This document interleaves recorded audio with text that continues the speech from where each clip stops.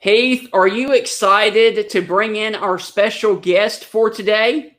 Before Dak Prescott, this was the man in Starkville that everyone talked about for years. Absolutely. Yes, and he was the star quarterback of the famous 1980 Mississippi State upset of Alabama in Jackson. So let me go ahead and bring him in here right now, Mr. John Bond. John, how are you doing today? I'm good. How are you Doing pretty well. What are you doing now? I'm actually head coach at St. Joe little Catholic school in Madison, Mississippi. So they're waiting on me out there on the game field. That's awesome, man! Congratulations on that. And Yeah, how are you guys doing this year? well, we're doing all right. You know, we played a lot of teams that are in a bigger league than we are. So we've been whooped up on a little bit, but we hang in there. We fight hard. So it's a bunch of good kids and smart kids, and they work hard and they play hard, and it's always fun to be around them. So they make not winning every game tolerable. Yes. Well, by the way, let me just go ahead and ask, what are your thoughts currently on this current Mississippi State team, and would you have liked to played in the air raid for Mike Leach? Oh, I guarantee you, man. I'd had a lot more. I wouldn't limp near as much right now, you know. And he's but Mike and I went up and saw him in Starkville this past weekend and visited with him for a little bit. He's got some adjusting to do. The team has something to do. They're in the process. I think it's going to end up being a great fit for Mississippi State. I think he's the kind. I think he's got some shaking up to do, and I think he's doing that, and I think he's going to be just fine. We just got to give him a little time. John, I want to ask you real quick that you were touching on it right there, wanting to play in the air raid. Of all the former coaches that have come through state over the years, with it being Jackie or Kroom or Mullen or Leach, and you already spoke on Leach, what offense would you have really have thrived in and wish you could have played in? Golly, I think it would have been with Dan. I think it was just because the quarterback was still involved in the run game a whole lot, Right. and I really enjoyed that part of the game. I enjoyed having the ball in my hands, and making decisions, and it all depending on me. It's not just depending on getting the right person and making you get it in the right spot for them to catch. It's you making that decision, that determination, throw it up front right off the bat, and it's I think it was fun to watch. I know it was fun to watch Dak run it. I just think I would have had a blast with it. What kind of conversations you ever had with Dak? Well, a couple we probably shouldn't get into, but no, we've had dinner on occasion, and we've hit the golf ball around a little bit a few times, and we pretty much talk about what guys, quarterbacks talk about. Yes. What do you like about this? What do you like about that? Who did you really not like playing against? Who was really tough? Who, those kind of questions, and who were the best guys on your team? Who did you really enjoy watching on the defensive side of the football? That's what I love to watch. Johnny Cooks and Tyrone Keys and Glenn Collins. It was hard to get me on the phone with the guys upstairs because I wanted to see those guys play defense so much. So just all that kind of stuff, and some off the field stuff on occasion. Where would you have ranked if you were a Dan Mullen quarterback? Would you be at the Tebow and Dak level? If I would have had who's surrounding them, maybe. Yeah, I think so. I know that I was faster than both of those guys. Yeah. At that time, it's hard to say. I think I could. Everybody talks about the throwing comparison, and I try to tell them, well, if you look just at stats, that doesn't give you a very good picture. You got, when you throw the ball only 10 times a game, it's hard to complete 5 of them. Yeah. And when you never throw on first down, and whenever you do throw, everybody in the stadium knows you're going to throw, and when you throw, you're within 2 or 3 yards of the line of scrimmage. A lot of things can go wrong. So I guess if in that comparison, it would be tough to compare with those guys because they were always dropping back and off the line of scrimmage and reading 2 or 3 guys. What about Glenn Young? I know he was a great receiver. He went off to the NFL, played with the Browns for a while, and you got to play with him there in Starkville. What if you and Glenn Young were in Mullins' offense? Would y'all have just been household names all across the country? It would have been nasty. Glenn was a fantastic receiver. I was at Cleveland up there when he was there, and he could just fly. And we always loved it when he bobbled that kick because it let coverage overrun just a little bit. And when he did, boy, he could hit that crease. He did it against LSU, that year, and he did it several times. I mean, he was just a great punt returner, great kick returner, all that kind of stuff. So he not only was a great receiver and a great guy, he's a great teammate. I think we could have lit it up in Marty McDowell as well. Yeah, with Marty there, man. If I had one on one side, one on the other, it would have been nasty. That would have been nasty. Well, we're coming up on the anniversary of the big 1980 upset of #1 Alabama down there in Jackson. You were the quarterback. Can you kind of talk to us, please, a little bit about the hype coming into that game, being as you were taking on Bear Bryant and Alabama? Yeah, well, the hype was all on our end. Alabama was just expected to come in. I can't remember then a 17, 20-point, favorite. So I think all the hype was on our end. I think all the hype was that we knew we could play with these guys. They had played against them, our seniors on defense, like Tyrone and Glenn. I think they had played against them for several years, and they were, 2 or 3 year starters. So they knew what to expect. And like I've told somebody earlier today, I think that's one physical games year in and year out. And it is a very, very physical game. Tuscaloosa is not very far from Starkville, and right. we kind of back then, Tuscaloosa they didn't sell beer in the city, and Starkville didn't sell beer. The local watering hole was almost directly in between us, so we would meet all places. Listen, meet other players, from Alabama. So they would cross the line into Mississippi and go to a little place called the Club. And so we knew those guys, and we knew them pretty close. So the hype was all on our end because we knew that we could beat them. We knew we could play with them. If a break or two went our way, that we were going to be okay. John, going to that game on November 1st, 1980, when you did beat Alabama, Alabama never recovered after that as far as Bear Bryant and his run of championships. Does anybody ever give you guys credit that you guys were the ones that kind of cracked the Bear Bryant stranglehold on the SEC in college football? And because, it was kind of downhill for Alabama after this game. Yeah, it was. It seemed like, we played them again that next year, and that was another bloodletting, 6-3 game and then 13-10. They were both just very, very physical games. And I think the game started changing right then. Not only that might have had something to do with it, but I think the game started changing a little bit. And, Coach Ballard and Coach Bryant, they had been coaching a long time and coaching the same way a long time. So I think not only the us and stopping the winning streak and the SEC winning streak and all that, I think that was a little bit, but I think the game changing just in general had a lot to do with it.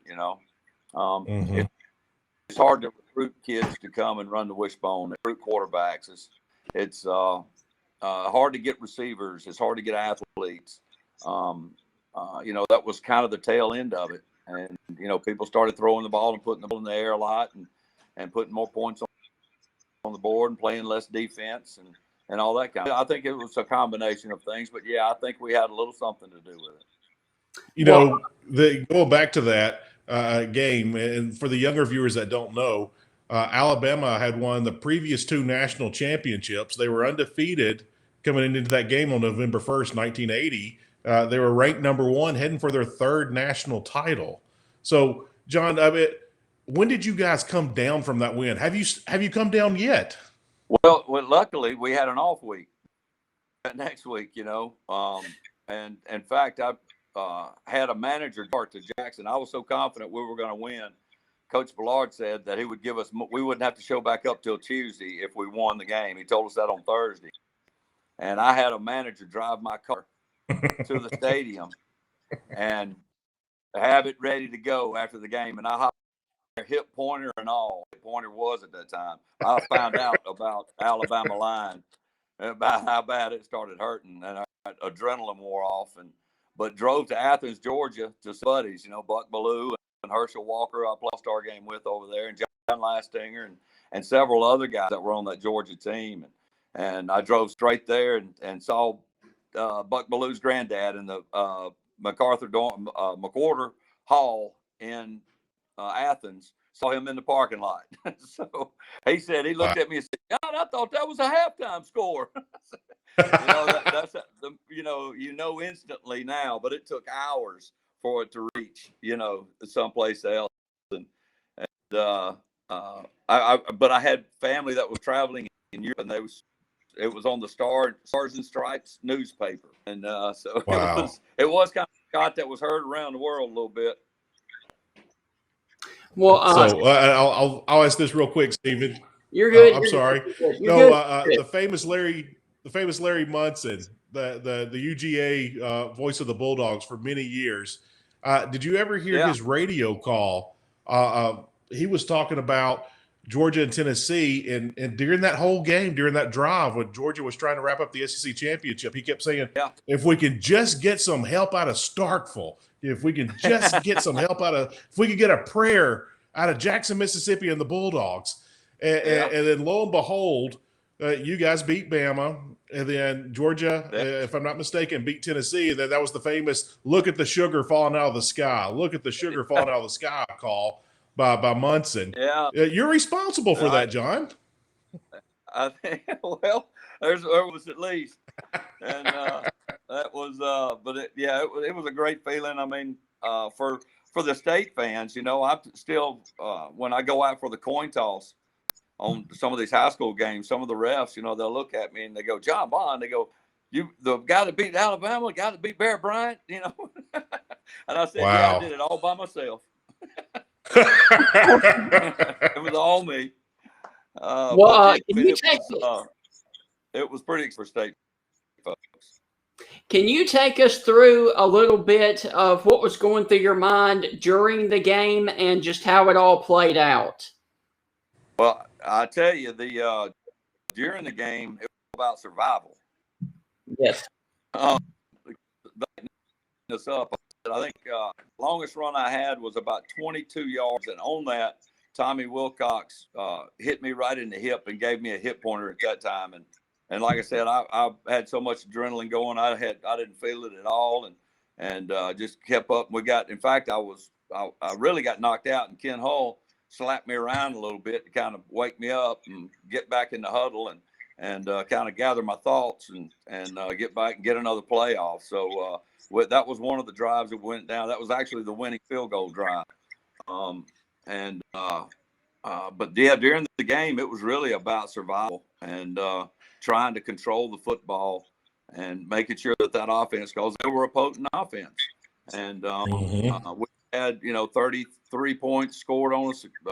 We had 31 scored on us against Miami. And what happened again?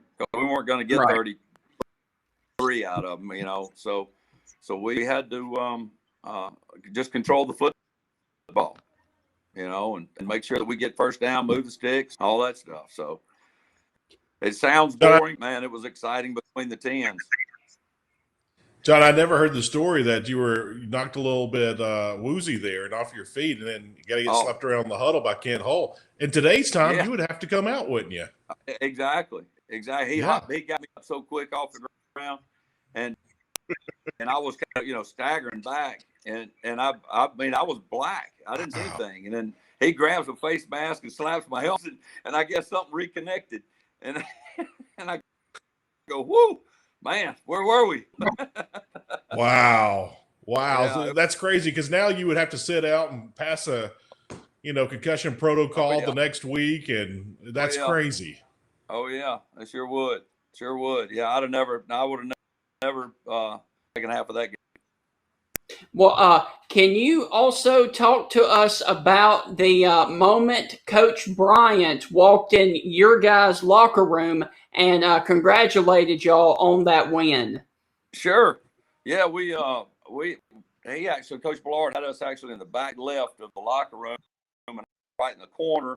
And I had my right offensive lineman to the right. I had my left offensive lineman to the left. And we're in there. And of course, we're going ape nuts and jumping around, and everybody's hollering and screaming, having a big time. And by that time, a hush kind of started from the front of the room all the way to the back. And we go, what's going on? And we kind of look up, stand up on the bench and look. And we see Coach Bryant, and we can't hear what he's saying. But then it comes to a hush, and you could hear a pin. And the Alabama Highway Patrolman got a phone here, undid it for him, and put up in it. And things that I did the first, but the very end, he said, "Don't let any of these guys out here that are going to write about this thing fool you. Y'all beat us today. Y'all won this ball game. Congratulations." And then got out. And then we go back to going ape nuts. John, I've heard Johnny Cooks tell a story about this game. Don't believe it. where he talked about it came up there at the end and said, "Hey, you got to go for it. You the bear. You can't kick the field goal. You got to go for it." And of course, the famous stand down there. What is a story that you can share on our quote unquote family friendly show here? What's a story that you could share with us about that game on November 1st, 1980? Well, I tell you, there at the end, of course, the fumble, Billy Jackson, Glenn hits him, or Tyrone, I think Billy Jackson, and we're going nuts. We get the penalty, and funny thing is, I get in the end zone and we're huddled up, and I said, "I can't believe I'm fixing to call victory against Alabama. Is that true, Kent? Are we really going to do that?" He goes, "Yeah, you better hurry up or we're going to get another penalty." So we, and when we got to the line, Joe was number 50, was standing hovering right over the ball. And I was trying to ask Kent, what's he doing? I had, didn't know what he was about to do. And then as soon as I called the snap count, I figured it out. He saw, and it shot right by me. I never touched it. Everybody thought I fumbled a snap. I can't fumble it if you don't touch it. And, but I couldn't figure out. I said, "Ken, if you got it, who's got the ball? I was the fullback, Donald A. King. I heard him say, "I got it, JB. I got it." And I said, "All right, we done won. Let's go hug some cheerleaders." Right there's that play right there that you're talking about right there. Yeah. So, I mean, see the ball shoot by me? Yes. Yeah.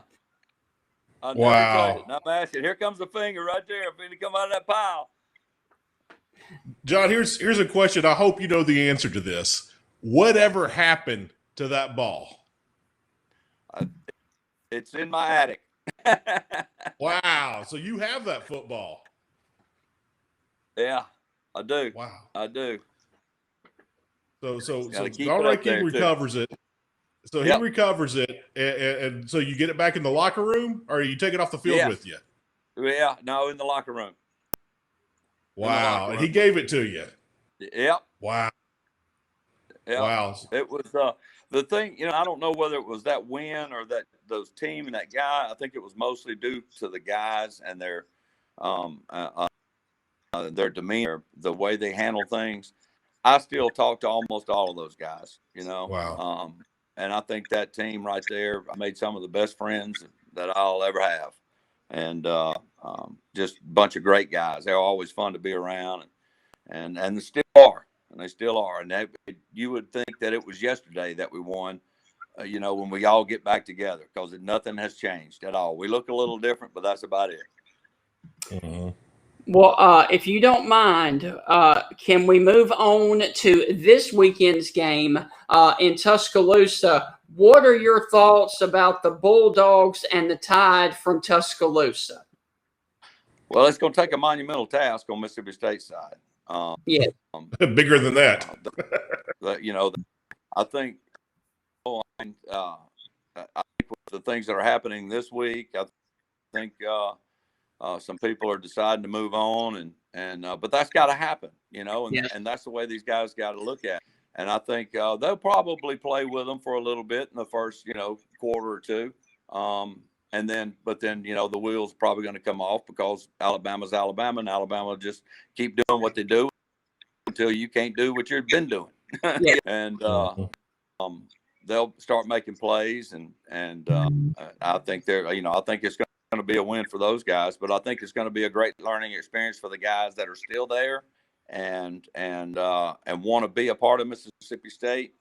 And I think it'll be a great time for Coach Leach to find out who is who wants to be there, and who wants to move them.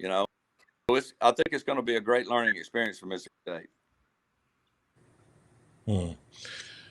John, we had Mr. College Football, Tony Barnhart, on the show earlier this week, and he said something that kind of took me back. And so, as a player, I want to get your take on it, since you did play against the Bear. But I asked him, I said, "Will Nick Saban go down as the greatest coach at Alabama?" And Tony corrected me, and he said, "Nick Saban will go down as the greatest coach in college football, but Bear Bryant will be the greatest coach ever at Alabama." And so I thought that was an interesting way that he put that. But what is your take on Nick Saban and Bear Bryant? Where do you put those guys as far as ranking them greatest of all time? Yeah, well, it's perfect for their time. That was a hard-nosed coach that Coach Saban is too, but in a different way. I think it's just the different times will make them great coaches in both their eras. Coach Bryant, my dad got his doctorate from the University of Alabama, and my mother was heartbroken when I decided to go to Alabama. She loved Bear Bryant. Bear Bryant came to the house, and he and my mother to become pretty good friends, and it's just Bear Bryant is that era. It will never be the same. And I think that's.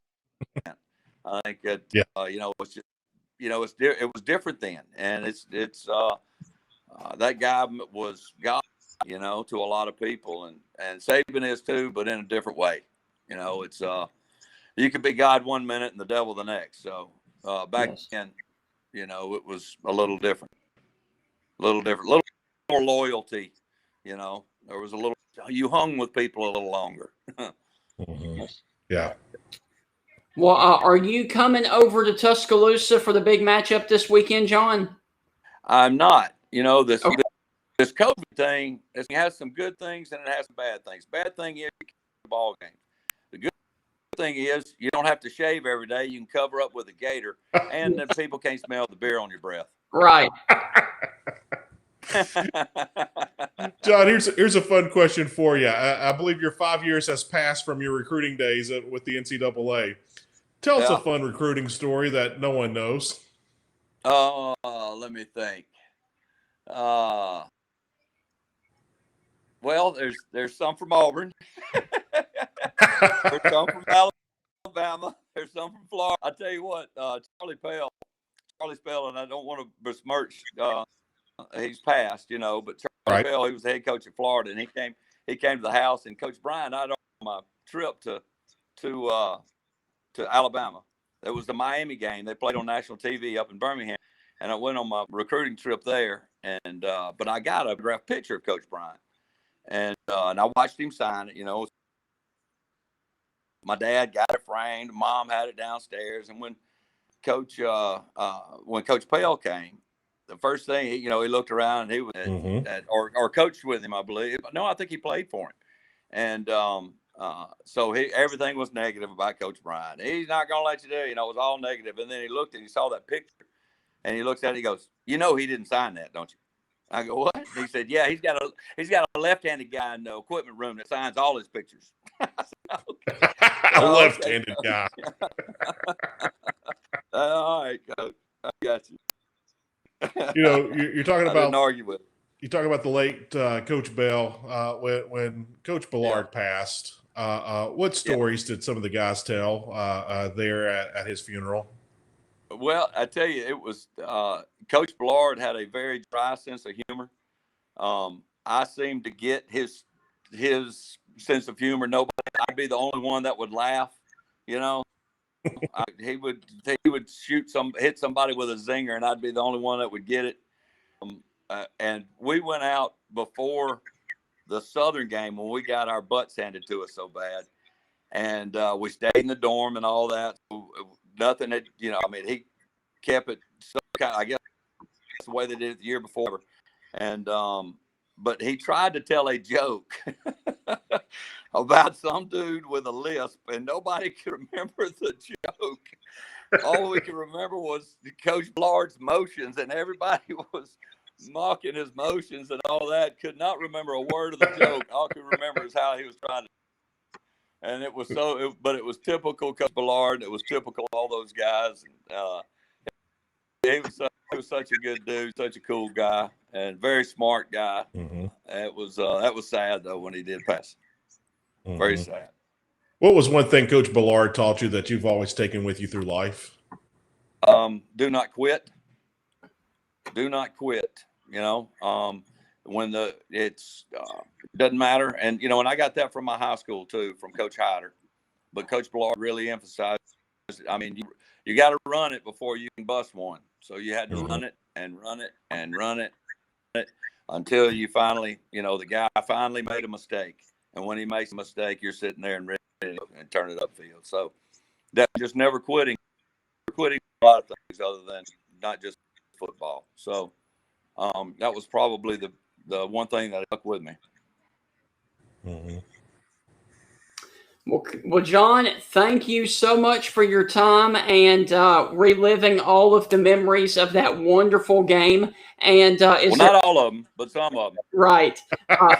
Is there anything else you would like to add or talk to the viewers about, how they can find you and that kind of stuff?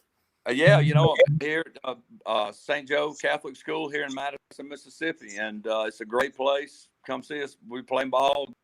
Gates. We'll be playoff game in 2 weeks. All right. And it depends on this Friday if we win or lose, whether it'll be home or away. So stay tuned. You can find everything on Joe website. And I appreciate all the Mississippi State folks and all the Alabama fans that I've met. Well, we lost John Bond, unfortunately, through the year. But we want to thank him for coming on, and hopefully we can do it again. Man, Steven, that was amazing. Yes. just to hear those stories and those guys, to still get to relive that moment almost every day. Someone always reminds those guys of what they did. And again, I don't think people understand how great an amazing dynasty Alabama was at that time. Right. They were the two-time defending national champions. They hadn't lost a game in 3 years. They're ranked number 1. They're going into November. The season's about to wrap. They're heading to their 3rd national championship, an undefeated season. And then here's little Mississippi State, 17-point underdog, gets the upset of the day. And like we said earlier, Larry Munson over in Athens, Georgia, with look at the sugar falling out of the sky. Hey, Georgia has only got that one national title in football. They should send, basket over to Starkville and thank them for that every November 1st, don't you think? I do. Hey, we got John Bond back one more time, so let me pull him up here and tell him thank you. John, we got you back. Look, man, I just wanted to say thank you for coming on the show, and hopefully, sir, we can do it again soon.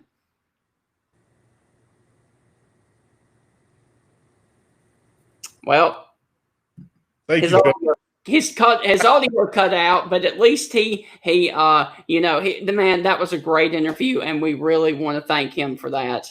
Yeah, John, thank you for all that you've done Yes. Mississippi State. Thank you what you've done for SEC football. Thank you for the memories. And, if people aren't familiar with John Bond, a lot of people might throw a good party. John Bond is the party. Yeah. And by the way, one more thing I did want to mention is that, yes, I am supporting the Mississippi State Bulldogs today because we are talking about the huge Mississippi State versus Alabama. We just wrapped that up. But I do want to say that the reason this does not fit me is because it is a 4X, and I'm currently in an XL. Wow. So after the holidays, I might need to borrow that shirt, Steven. Yes. So when I was a Mississippi State fan, I was in 3 and 4Xs. This is a 4X now because of my weight loss. I'm in an XL. Look at you, Steven. Good for you, brother.